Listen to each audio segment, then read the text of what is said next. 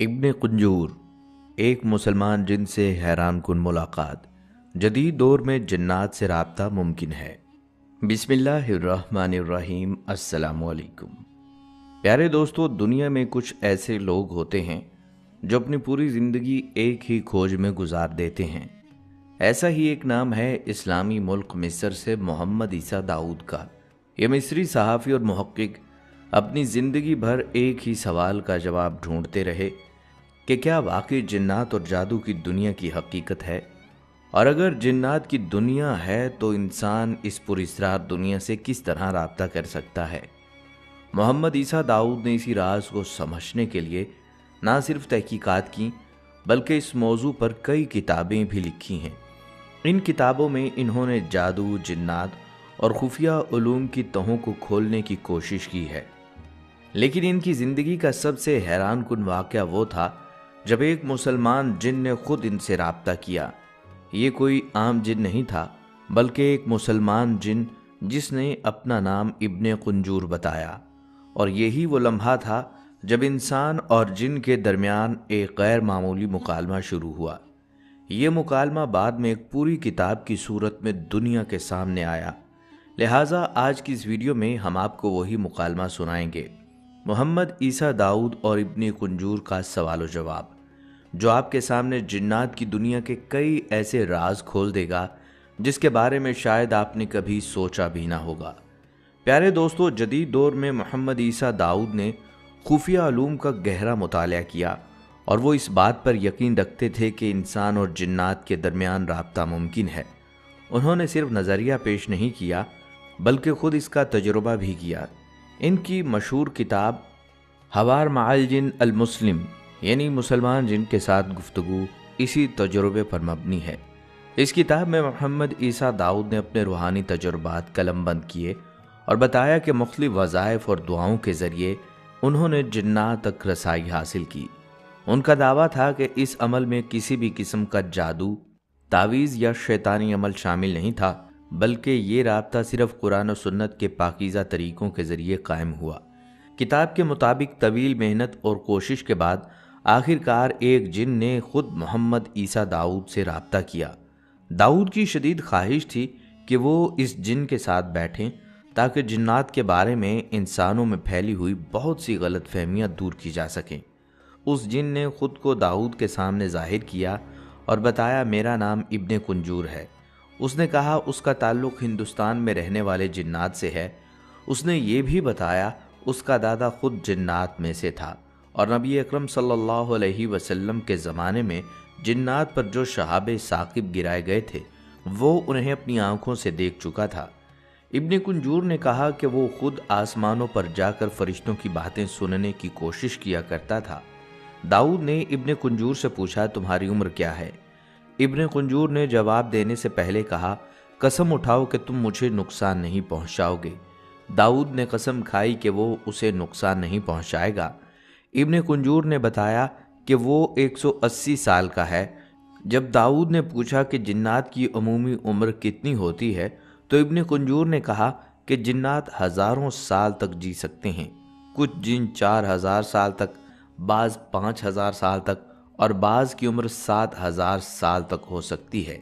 मोहम्मद ईसा दाऊद ने इब्ने कुंजूर से एक और सवाल पूछा, जिन्नात में सबसे ज़्यादा उम्र किसकी है? इब्ने कुंजूर ने जवाब दिया, वो इब्लीस है जो सबसे कदीम है और सबसे ज़्यादा उम्र वाला है। इब्ने कुंजूर ने मज़ीद इंकशाफ किया कि जब वो बच्चा था तो उसके वालिद उसे एक दिन इब्लीस से मिलवाने ले गए थे। वो लम्हा उसके लिए नाकाबिले फरामोश था, क्योंकि जैसे ही उसने इब्लीस को देखा उसके दिल में खौफ की एक अजीब लहर दौड़ गई। उसने बताया, इब्लीस नहायत ही बदसूरत था, लेकिन उसके पास अपनी शक्ल बदलने की सलाहियत मौजूद थी। उसकी एक लंबी दुम थी और कद में बेहद बुलंद दिखाई देता था। इब्ने कुंजूर ने यह भी बताया कि इब्लीस का एक बहुत बड़ा महल है जिसके अंदर उसके लाखों खादिम रहते हैं और ये सब के सब शयातीन में से हैं। यहाँ दाऊद ने तजस्सुस के साथ पूछा, इब्लीस कहाँ रहता है? इब्ने कुंजूर ने संजीदगी से जवाब दिया, इब्लीस का तख्त समंदर के ऊपर है जो तुम्हारी दुनिया में मगरिब की तरफ वाक़या है, اور اگر تم میں سے کوئی مسلمان اس تخت کے قریب سے گزرے تو اسے چاہیے کہ قرآن مجید کی تلاوت کرے تاکہ ابلیس اور اس کا لشکر اسے نقصان نہ پہنچا سکے۔ ابن کنجور نے مزید بتایا کہ جنات کے جمع ہونے کی ایک اور جگہ ہے جہاں ٹھنڈے اور گرم پانی آپس میں ملتے ہیں۔ اس نے کہا ابلیس کی سلطنت بھی اسی مقام پر ہے۔ یہ سن کر محمد عیسیٰ داؤد نے اس سے ایک اور اہم سوال پوچھا، تمہارا کیا مذہب ہے؟ ابن کنجور نے جواب دیا، میں ایک مسلمان ہوں اور کئی زبانوں کو جانتا ہوں، ان میں سے ایک عربی بھی ہے، اسی لیے میں تم سے عربی میں بات کر رہا ہوں۔ لیکن سنو، جس طرح تم انسانوں میں مختلف مذاہب ہیں، بالکل ویسے ہی ہم جنات میں بھی مختلف مذاہب اور فرقے موجود ہیں۔ کچھ مسلمان ہوتے ہیں، کچھ کافر، کچھ انتہا پسند اور کچھ یہودی بھی۔ اس نے مزید بتایا، ہماری بھی عبادت گاہیں ہیں جہاں ہم جا کر عبادت کرتے ہیں۔ عیسائی جن کوشش کرتے ہیں کہ وہ عیسائیوں کے گھروں کے قریب رہیں تاکہ انہیں سہولت مل سکے، اور مسلمان جن زیادہ کوشش کرتے ہیں کہ وہ مسلمانوں کے گھروں میں قیام کریں۔ پھر محمد عیسیٰ داؤد نے پوچھا، کیا میرے گھر میں بھی کوئی جن ہے؟ ابن کنجور نے مسکرا کر جواب دیا، ہاں، تمہارے گھر میں بھی ایک جن ہے، وہ تمہارے ساتھ کھاتے پیتے ہیں اور کھانے پینے کے بعد الحمدللہ بھی کہتے ہیں۔ کبھی وہ تمہاری کرسیوں پر سو جاتے ہیں، کبھی تمہارے بستر پر آرام کرتے ہیں۔ وہ نماز بھی پڑھتے ہیں اور دوسری دینی عبادات بھی انجام دیتے ہیں، بلکہ ان میں سے کچھ جنات تو تمہیں فجر کے لیے جگانے کا کام بھی کرتے ہیں۔ یہ سن کر داؤد نے فوراً اگلا سوال کیا، تم جنات آخر رہتے کہاں ہو؟ ابن کنجور نے وضاحت کرتے ہوئے کہا، تم انسان زمین پر رہتے ہو، لیکن زمین کا زیادہ تر حصہ پانی ہے، ہم پانی پر حکومت کرتے ہیں، ہمارے بڑے بڑے شہر اور بستیاں سمندروں کے اندر آباد ہیں، یہاں تک کہ گہرے سمندر کی تہہ میں بھی ہماری آبادیاں موجود ہیں۔ اس کے علاوہ زمین پر بھی ہماری سلطنتیں ہیں۔ ہم صحراؤں میں زیادہ رہنا پسند کرتے ہیں، انسانوں سے دور۔ ہماری نسل کے وہ جنات جو صحراؤں میں بستے ہیں انہیں ہم غور کہتے ہیں۔ ہم غاروں میں بھی رہتے ہیں جہاں انسانوں کا قدم نہیں پہنچتا۔ اسی طرح پہاڑوں، وادیوں، جنگلوں اور ویرانوں میں بھی ہمارا بسیرا ہے۔ اور ہاں، تم انسانوں کے گھروں کے صحنوں اور کمروں کے کونے میں بھی ہمارا آنا جانا ہوتا ہے۔ محمد عیسیٰ داؤد نے ایک اور سوال کیا، اس دنیا میں جنات کی تعداد کتنی ہے؟ ابن کنجور نے کہا، اگر تم ہمیں دیکھنے کی صلاحیت رکھتے تو تمہیں ہر طرف صرف جنات ہی دکھائی دیتے۔ یہ سن کر داؤد نے فوراً اگلا سوال داغ دیا، تمہارا افزائش نسل کا طریقہ کیا ہے؟ ابن کنجور نے جواب دیا، جب ہم جنات کی عمر 170 سے 80 سال کے درمیان ہوتی ہے تو ہم مکمل طور پر جوان ہو جاتے ہیں۔ اس کے بعد ہم مادہ جننیوں سے شادی کرتے ہیں۔ جب جن عورتیں حاملہ ہوتی ہیں تو تقریباً 15 مہینوں بعد ان کے ہاں بچے پیدا ہوتے ہیں۔ ایک بار میں 7 یا 8 بچے جنم لے سکتے ہیں۔ یہ بچے قد میں بہت لمبے ہوتے ہیں اور شور بھی بہت مچاتے ہیں۔ ہمارے ہاں بھی بچوں کے لیے انسانوں کی طرح مکتب، مدرسے اور مختلف پیشے موجود ہیں تاکہ وہ بڑے ہو کر اپنی زندگی بسر کر سکیں۔ یہاں داؤد کے ذہن میں ایک نیا سوال آیا، کیا انسان اور جنات کے بیچ کوئی رشتہ یا تعلق قائم ہو سکتا ہے؟ ابن کنجور نے سنجیدگی سے جواب دیا، انسان اور جنات کے درمیان شادی تقریباً ناممکن ہے۔ یہ صرف اسی صورت میں ممکن ہے جب کوئی جن خود کو انسانی شکل میں ڈھال لے۔ اگر یہ شادی ہو بھی جائے تو اولاد کا پیدا ہونا انتہائی مشکل ہے، کیونکہ یہ دونوں مخلوقات ایک دوسرے سے بالکل مختلف ہیں۔ محمد عیسیٰ داؤد نے کہا، کیا تمام جنات جسمانی طور پر ایک جیسے نظر آتے ہیں؟ ابن کنجور نے وضاحت کی، نہیں، جنات کی شکلیں اور رنگت مختلف ہوتی ہیں۔ کچھ لال رنگ کے ہوتے ہیں، کچھ سفید، کچھ سیاہ اور کچھ سنہری رنگ کے۔ بعض جنوں کے پر ہوتے ہیں اور وہ بھی اڑ سکتے ہیں۔ کچھ 4 پاؤں والے جانوروں کی شکل اختیار کر لیتے ہیں، جیسے کتا یا بھیڑیا۔ بعض جنات رینگنے والے جانداروں کی صورت میں آ جاتے ہیں، جیسے سانپ وغیرہ۔ یہ سن کر داؤد نے ایک اور سوال پوچھا، جس طرح تم میرے سامنے ظاہر ہوئے، کیا دوسرے جنات بھی انسانوں کے سامنے ظاہر ہو سکتے ہیں؟ ابن کنجور نے جواب دیا، ہاں، اگر کوئی جن چاہے تو وہ انسان کے سامنے ظاہر ہو سکتا ہے، لیکن زیادہ تر جنات ایسا کرنے سے گریز کرتے ہیں، کیونکہ اگر وہ ظاہر ہو جائیں تو کسی انسان کے ہاتھ لگ جائیں اور پھر وہ انہیں قتل کر دے تو واقعی مر جاتے ہیں۔ یہاں داؤد نے حضرت سلیمان علیہ السلام کا ذکر چھیڑ دیا۔ ابن کنجور نے احترام سے کہا، ہم جنات حضرت سلیمان علیہ السلام کو نبی مانتے ہیں اور ان پر ایمان رکھتے ہیں۔ ہمارے باپ دادا کو انہوں نے قید کیا تھا اور وہ ان کی خدمت میں رہا کرتے تھے۔ جنات ان کے لشکر کا حصہ تھے۔ ہم سلیمان علیہ السلام کے لیے عظیم الشان عمارتیں تعمیر کرتے تھے۔ آج بھی زمین پر کئی موجود بڑی اور پرانی عمارتیں ہماری اطاعت اور محنت کا نتیجہ ہیں۔ محمد عیسیٰ داؤد نے ابن کنجور سے پوچھا، انسانوں کے لیے تمہاری کیا ہدایات ہیں؟ ابن کنجور نے جواب دیا، اگر کوئی مسلمان جنات کا سامنا کرے تو اسے چاہیے کہ وہ آیت الکرسی اور سورہ صافات کی ابتدائی 10 آیات پڑھ لے۔ یہ آیات جنات کو دور رکھنے کے لیے بہت مؤثر ہیں، اور اگر کوئی مسلمان برمودا ٹرائی اینگل کے قریب قرآن مجید کی تلاوت کرے تو ابلیس اور اس کا لشکر اسے ہرگز نقصان نہیں پہنچا سکتے۔ یہ سن کر داؤد نے ایک اور سوال کیا، اپنے بچوں کے بارے میں کچھ بتاؤ۔ ابن کنجور نے کہا، یہ بات شاید یقین کرنا مشکل ہو، لیکن حقیقت یہ ہے کہ 2 سال کا انسان کا بچہ ہمارے بچوں کو آسانی سے دیکھ سکتا ہے۔ اس سے اندازہ لگایا جا سکتا ہے کہ ہمارے بچوں کی نظر کئی گنا زیادہ تیز اور وسیع ہے۔ محمد عیسیٰ داؤد نے پھر سوال کیا، بڑے سردار جنات کہاں رہتے ہیں؟ ابن کنجور نے تفصیل سے بتایا، بڑے جنات زیادہ تر ان مقامات پر رہنا پسند کرتے ہیں جہاں ٹھنڈے اور گرم پانی کا ملاپ ہوتا ہے۔ یہی وہ مقامات ہیں جہاں ابلیس کا تخت اور اس کے مددگار موجود ہوتے ہیں۔ یہ بات اس حدیث کی یاد دلاتی ہے جس میں نبی کریم صلی اللہ علیہ وسلم نے دھوپ اور سایہ کے بیچ بیٹھنے سے منع فرمایا ہے، کیونکہ یہ جگہ ابلیس کو طاقت دیتی ہے۔ ٹھنڈی اور گرم ہوا کے ملاپ سے جو توانائی پیدا ہوتی ہے اسی کو تم طوفان کہتے ہو۔ یہاں داؤد نے ایک اور سوال داغا، کیا جنات اپنی اصل شکل ظاہر کر سکتے ہیں؟ ابن کنجور نے وضاحت کی، عام جنات اپنی اصل شکل ظاہر نہیں کر سکتے، لیکن عفریت اور مارد قسم کے جنات میں یہ صلاحیت موجود ہوتی ہے۔ البتہ جب کوئی جن اپنی شکل ظاہر کرتا ہے تو وہ کمزور ہو جاتا ہے، اور اس وقت اگر کوئی آیت الکرسی پڑھ لے تو اسے قابو بھی کیا جا سکتا ہے۔ لیکن یہ بات یاد رکھو کہ شکل بدلنے کے اس عمل میں جن کو سخت اذیت اور تکلیف سہنی پڑتی ہے۔ محمد عیسیٰ داؤد نے ابن کنجور سے پوچھا، جنات کو کون سا رنگ زیادہ پسند ہے؟ ابن کنجور نے جواب دیا، ہمیں کالا رنگ پسند ہے، کیونکہ یہ تمام رنگوں کو جذب کرتا ہے اور ہمیں طاقت فراہم کرتا ہے۔ اس کے بعد محمد عیسیٰ داؤد نے پوچھا، تمہارا اصل نام کیا ہے؟ ابن کنجور نے سنجیدگی سے کہا، ہمارا اصل مقصد وہی ہے جو تمہارا ہے۔ اللہ نے قرآن پاک میں فرمایا ہے کہ میں نے جنات اور انسانوں کو صرف اپنی عبادت کے لیے پیدا کیا، یہی ہماری تخلیق کا مقصد ہے۔ پھر ابن کنجور نے مزید کہا، قرآن میں ہماری حقیقت بھی بیان کی گئی ہے۔ ایک جگہ جنوں کا ذکر آتا ہے کہ انہوں نے قرآن کو سنا اور کہا، ہم نے ایک عجیب کلام سنا ہے جو سیدھے راستے کی طرف بلاتا ہے، اس لیے ہم اس پر ایمان لے آئے ہیں اور ہم اپنے رب کے ساتھ کسی کو شریک نہیں ٹھہرائیں گے۔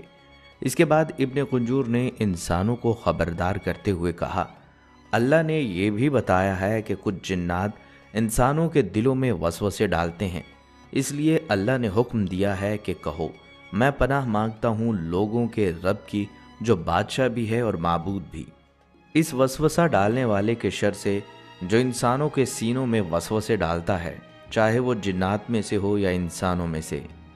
ابن کنجور نے آخر میں کہا، یہی ہماری اصل حقیقت ہے کہ ہم سب کو اللہ کی عبادت کرنی ہے، لیکن جو جنات اس مقصد کو بھول جاتے ہیں وہ ابلیس کے لشکر میں شامل ہو جاتے ہیں اور انسانوں کو بہکانے لگتے ہیں۔ محمد عیسیٰ داؤد نے ابن کنجور سے سوال کیا، کیا جنات کے درمیان بھی جادوگر اور ساحر ہوتے ہیں؟ ابن کنجور نے جواب دیا، جی ہاں، جیسے تم انسانوں میں جادوگر پائے جاتے ہیں ویسے ہی ہم جنات میں بھی ایسے ساحر موجود ہیں۔ کالا جادو حقیقت میں ایک وہم اور تصور پر مبنی عمل ہے، لیکن اس کے اثرات نہایت خطرناک ہوتے ہیں اور بعض اوقات جان لیوا بھی ثابت ہو سکتے ہیں۔ عیسیٰ داؤد نے اگلا سوال کیا، کالا جادو انسانوں اور جنات کے درمیان کیا نقصانات پیدا کرتا ہے؟ ابن کنجور نے تفصیل سے بتایا، کالا جادو مختلف طریقوں سے نقصان پہنچاتا ہے، مثلاً شوہر اور بیوی کے درمیان نفرت ڈال دینا، حتیٰ کہ بعد طلاق تک پہنچ جائے، کاروبار میں ناکامی یا اچانک مالی نقصان، ایسی جسمانی بیماریاں جو عام علاج سے ٹھیک نہ ہوں، बांझपन या शादी में रुकावट डाल देना। इसके बाद मोहम्मद ईसा दाऊद ने पूछा, क्या काला जादू करके जिन्नात को काबू किया जा सकता है? इब्ने कुंजूर ने कहा, जी हाँ, बाज़ जादूगर काला जादू के ज़रिए हम जिन्नात को अपने कब्ज़े में ले आते हैं और फिर इनके ज़रिए दूसरों को नुकसान पहुंचाते हैं। ऐसे असरात में ये बातें आम हैं। इंसान अचानक तन्हाई पसंद हो जाए, उसके चेहरे या जिस्म की रंगत बदल जाए, या वो ख्वाबों में बार बार डरावने और खौफनाक मनाजर देखने लगे। मोहम्मद ईसा दाऊद ने इब्ने कुंजूर से पूछा, जिन्नात से बचाव के लिए कुरान मजीद में क्या हिदायत हैं?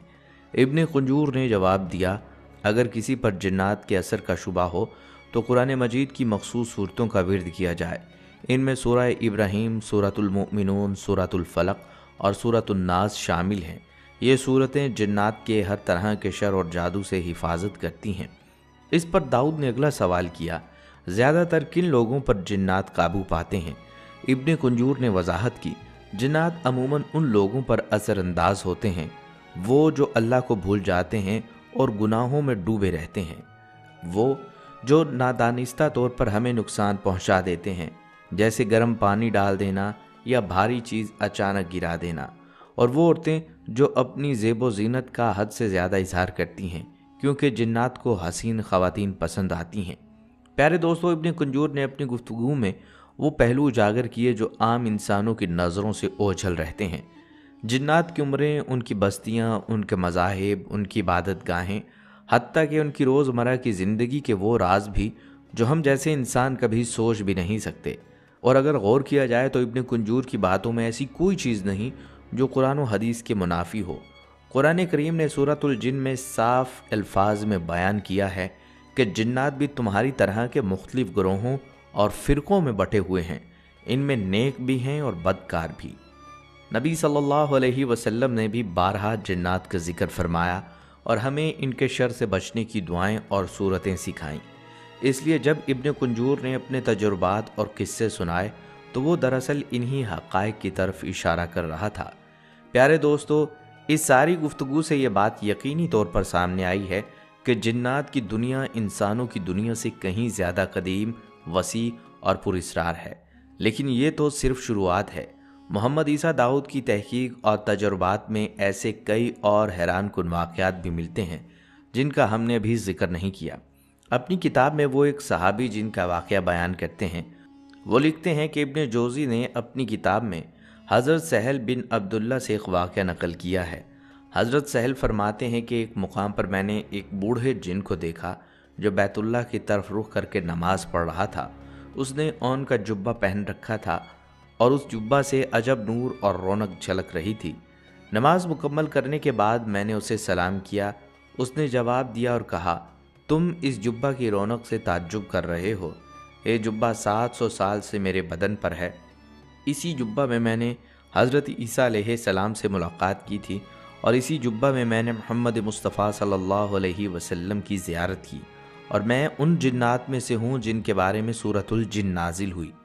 इसी तरह एक और वाक़या हज़रत जाबिर बिन अब्दुल्ला रज़ी अल्लाह तआला अन्हु रिवायत करते हैं। वो फरमाते हैं, हम एक सफ़र में रसूलुल्लाह सल्लल्लाहु अलैहि वसल्लम के साथ थे। आप एक खजूर के दरख्त के नीचे तशरीफ़ फरमा थे कि अचानक एक बहुत बड़ा काला सांप आपकी तरफ बढ़ने लगा। सहाबा इकराम ने उसे कत्ल करने का इरादा किया, लेकिन आप सल्लल्लाहु अलैहि वसल्लम ने फरमाया, इसे मेरे करीब आने दो। वह सांप करीब आया तो उसने अपना सर आप सल्लल्लाहु अलैहि वसल्लम के कान मुबारक के करीब कर दिया। फिर आप सल्लल्लाहु अलैहि वसल्लम ने उससे आहिस्ता से बात की। कुछ लम्हों बाद वो सांप अचानक ऐसे गायब हो गया जैसे उसे ज़मीन ने निगल लिया हो। सहाबा इकराम हैरत से अर्ज़ करने लगे, या मोहम्मद मुस्तफ़ा प्यारे आका सल्लल्लाहु अलैहि वसल्लम, ये मंज़र देखकर हम घबरा गए कि कहीं ये सांप आपको नुकसान ना पहुँचाए। आप सल्लल्लाहु अलैहि वसल्लम ने फरमाया, ये सांप नहीं था बल्कि जिन्नों की जमात की तरफ से एक जिन मेरे पास आया था। वो कुरान मजीद की एक सूरत की चंद आयात भूल गया था। जिन्नों ने उसे मेरे पास भेजा ताकि वो आयात मालूम कर ले। मैंने उसे वो आयात याद करवा दी और फिर वो अपने कबीले की तरफ वापस चला गया। इसी तरह दोस्तों, एक मशहूर सहाबी हज़रत अब्दुल्ला बिन ज़ुबैर रज़ी अल्लाह तआला अन्हु फरमाते हैं کہ ایک रात उन्होंने कुछ गैर मामूली औरतों को तवाफ़ काबा करते देखा। ये औरतें आम इंसानों की तरह नहीं थीं। हज़रत अब्दुल्ला रज़ी अल्लाह तआला अन्हु हैरत में मुब्तला हो गए। जब वो फारिग हो गईं तो बाहर निकलीं। मैं उनके पीछे चल पड़ा। वो चलती रहीं यहाँ तक कि एक वीरान जंगल में पहुँच गईं, जहाँ कुछ बड़ी उम्र के अफराद बैठे थे। उन्होंने मुझसे पूछा, ए इब्ने ज़ुबैर, आप यहाँ कैसे आए? मैंने जवाब देने की बजाय सवाल किया, आप लोग कौन हैं? उन्होंने कहा, हम जिन्नात हैं। मैंने अपना पीछा करने और यहाँ आने की वजह बताई तो उन्होंने कहा, ये हमारी औरतें यानी जिन्नियाँ हैं। ए इब्ने ज़ुबैर, आप खाने में क्या पसंद फरमाएंगे? मैंने कहा, ताज़ा पक्की खजूरें। हालांकि उस वक्त मक्का मुकरमा में ताज़ा खजूरें कहाँ थीं, लेकिन वो फ़ौरन मेरे पास पक्की ताज़ा खजूरें ले आए। मैंने वो खा ली, फिर कहा जो बच गईं उन्हें साथ ले जाएं। हज़रत अब्दुल्ला बिन ज़ुबैर रज़ी अल्लाह तआला अन्हु फरमाते हैं कि मैंने वो बची हुई खजूरें उठा लीं और घर वापस आ गया।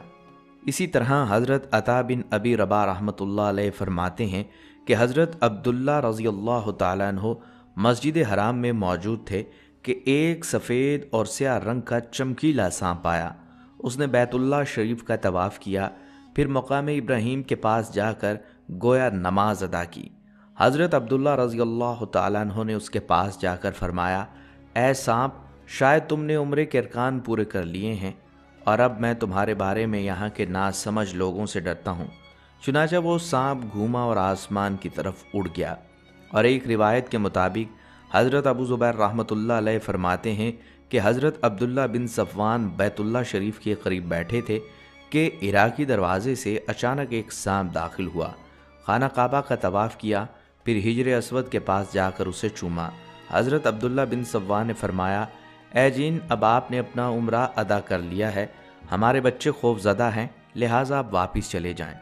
चुनांचा वो जिस तरफ से आया था उसी तरफ वापस चला गया।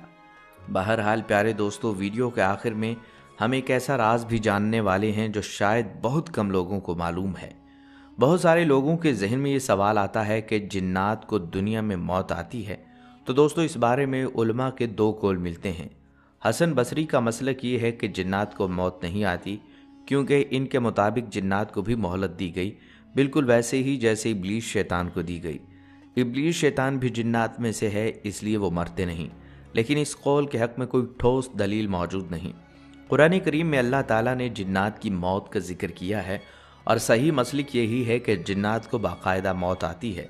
हज़रत अब्दुल्ला बिन अब्बास रज़ी अल्लाह तआला अन्हुमा से जब पूछा गया क्या जिन्नात मरते हैं, तो उन्होंने फरमाया, बिल्कुल मरते हैं, मगर इब्लीस नहीं मरेगा। उसे अल्लाह ने मोहलत दे रखी है, वो ता क़यामत ज़िंदा रहेगा। जब ये बूढ़ा हो जाता है तो फिर जवान कर दिया जाता है और ये हमेशा 30 साल की उम्र में रहता है। बढ़ापे के बाद भी हमेशा जवानी की तरफ लौट आता है। बाकी जो जिन्नात हैं उनकी मौत वाक़या होती है।